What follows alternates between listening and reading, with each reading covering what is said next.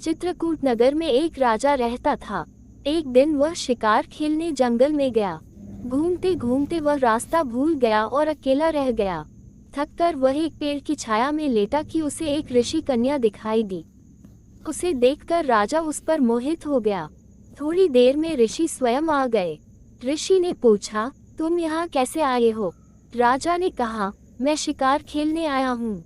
ऋषि बोले, बेटा तुम क्यों जीवों को मारकर पाप कमाते हो? राजा ने वादा किया कि मैं अब कभी शिकार नहीं खेलूंगा। खुश होकर ऋषि ने कहा, तुम्हें जो मांगना हो मांग लो। राजा ने ऋषि कन्या मांगी और ऋषि ने खुश होकर दोनों का विवाह कर दिया। राजा जब उसे लेकर चला तो रास्ते में एक भयंकर राक्षस मिला। बोला, मैं तुम्हारी रानी को खाऊंगा। अगर चाहते हो कि वह बच जाए तो 7 दिन के भीतर एक ऐसे ब्राह्मण पुत्र का बलिदान करो जो अपनी इच्छा से अपने को दे और उसके माता पिता उसे मारते समय उसके हाथ पैर पकड़ें। डर के मारे राजा ने उसकी बात मान ली। वह अपने नगर को लौटा और अपने दीवान को सब हाल कह सुनाया। दीवान ने कहा, आप परेशान न हो, मैं उपाय करता हूँ।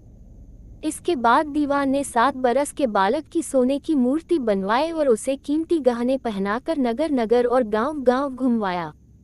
ये कहलवा दिया कि जो कोई 7 बरस का ब्राह्मण का बालक अपने को बलिदान के लिए देगा और बलिदान के समय उसके माँ बाप उसके हाथ पैर पकड़ेंगे, उसी को यह मूर्ति और 100 गांव मिलेंगे।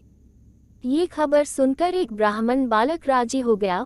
उसने माँ बाप से कहा, आपको बहुत से पुत्र मिल जाएंगे। मेरे शरीर से राजा की भलाई होगी और आपकी गरीबी मिट जाएगी। माँ बाप ने मना किया, पर बालक ने हट करके उन्हें राजी कर लिया।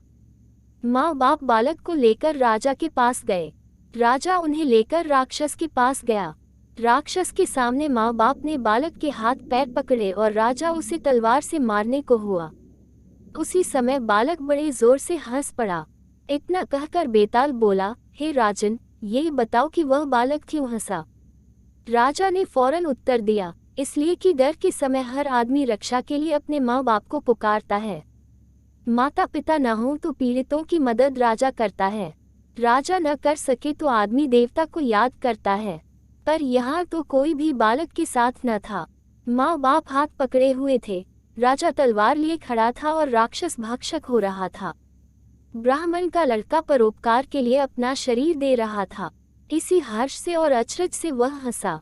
इतना सुनकर बेताल अंतर्धान हो गया और राजा लौटकर फिर उसे ले आया।